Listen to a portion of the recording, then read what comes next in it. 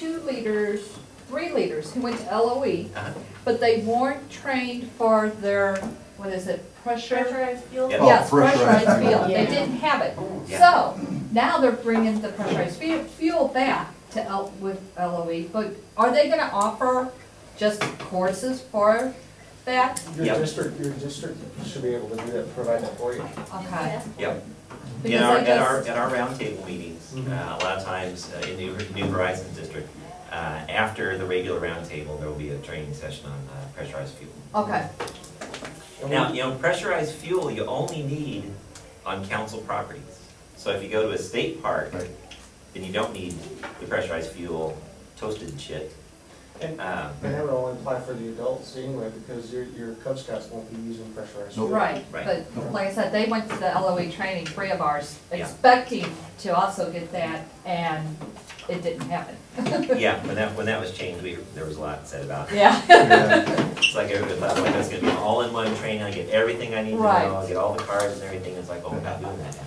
Yeah. And then there was confusion over who's going to teach it and when and how and all that, so. So that's now included with LOE? Yes. Well, it's like it was included with LOO, which is the Boy Scouts Leader Outdoor Orientation. They do the toasted with it. And you can check with your district though, like with ours, we have a training chairman and we have a guy that comes in, does nothing but teach pressurized fuel. Okay. And we do it like at our camporee. There's actually a classroom work and then there is actually a practical work where you have to be trained on the equipment that you use. Okay. And that's his stipulation, so if you're using lanterns or stoves, he wants you to bring your equipment so you can demonstrate to him how to use it. Okay. Makes sense. In addition to the council properties, a popular destination for taking the guys camping are the state parks. And there's some that are my favorites. St. Francis, which is on the way to SRF on 67. Washington.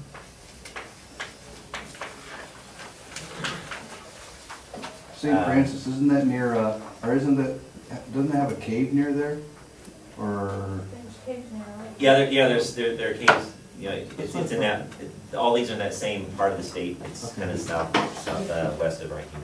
St. Francis is just north of Ontario. There you go. Ah, okay. Yeah, there is a cave. There's Babbler. Sam Hildebrand's cave. Yeah, that's it. Quiver River.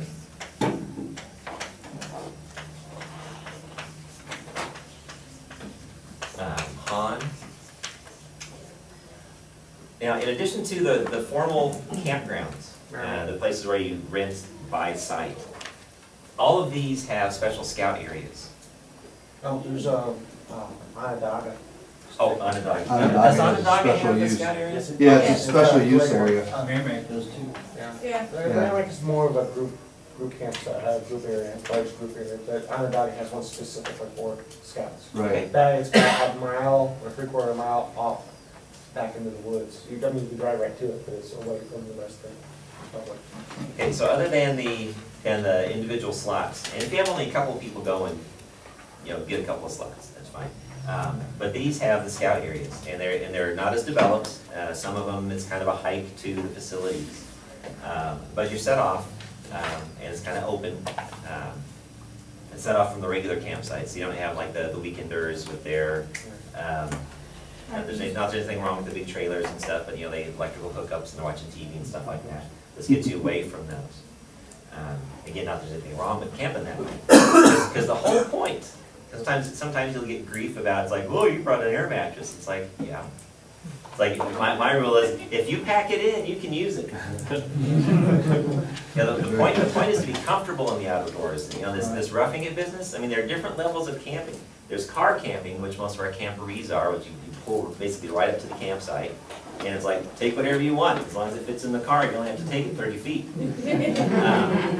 But as they get older, we start going backpacking, and it's like, okay, before you took this big air mattress, well, now you're taking a little foam pad. Now every ounce counts, because some of those campsites you go to don't have water, so you're packing your water in. And that'll be heavy. So it's like, hey, everybody's taking 2 liters of water, minimum. And it's like, well, that's heavy. It's like, yes, it's heavy.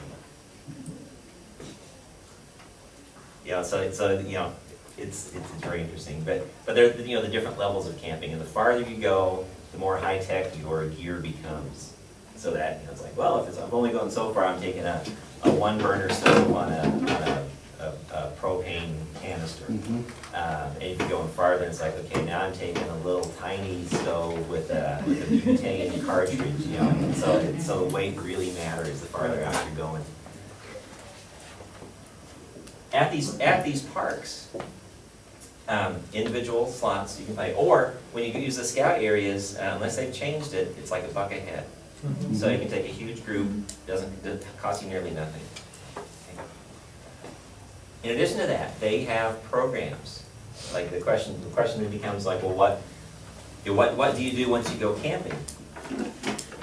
Because some people get as far as like, well, we got there, we set up our tents, and then we got our chairs out, and then we sat down. And that's what we do when we go camping.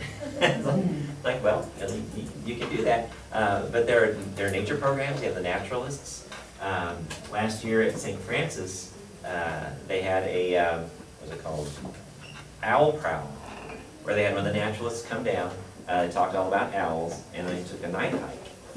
And when we took the night hike, we were calling out into the woods for owls, and then the owls would answer back. So that was really cool. So there's all these parks have hiking trails. Some of them that are close to the campsites, like you can do like, and they're usually pretty well developed. Ones right around the campsites might be, you know, 1.5 miles, 2 miles long, or you have some that go through the forest that could be 12 miles long or 15 miles. Most of these have, in fact, trying to think which one doesn't. Now these all have, not bad one, at least a creek or a river that they're next to. Nothing wrong with spending time going and playing in the creek. You guys like, you know, scouts. One of the biggest problems that we've had with guys playing in the creek is that people like to splash, and they like to splash by throwing rocks. And somebody always gets hit. So it's like, no throwing rocks, period. Nobody throws a rock. You know, whether it gets them in the leg because they're trying to splash down low, or they walk in front. I had a guy with anytime there's some kind of break in the skin on your head, it always looks worse than, it just bleeds like you wouldn't believe. So a kid comes back into the camp, blood running down his face, his mother goes insane, and it's like, you know, it's like, wait, it's like, so you wipe it, it's like just a little spot. You know, like, I'm sure it hurts right now, but it looks a lot worse than it is. It could have been a lot worse if you put somebody's eye out.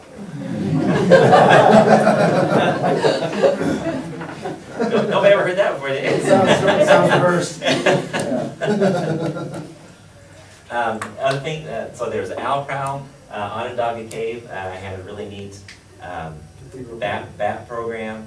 They have, on weekends in the summer, they have a lantern tour on Cathedral Cave, which is, well, I haven't been yet, that's what really. Yeah, I haven't done either. So they've got the, Onondaga Cave State Park used to be a commercial cave. And so there's one cave, it's really big, and they've got the paths and the art and the railings and all that. And there's the Cathedral Cave, which is more primitive. And in Merrimack, you can go back with flashlights and stuff, and it's not a commercial cave, so it's very rocky terrain. You're walking in and out of the inch-deep creek, or however deep it is. Oh, yeah, that's Fisher Cave. Yeah. And then they have one that they'll open a couple of times a year to let groups go back through on the other side. One cool thing that we like to do, because the kids like to stay up late, and you try to really enforce that, is, you know, on a camp out that's more than just overnight, you know, they'll be wired the first night, and then the second night they're just out. Yeah, they worn themselves out. I like to go on night hikes. Night hikes are really neat, and we try to not use our lights as much as possible.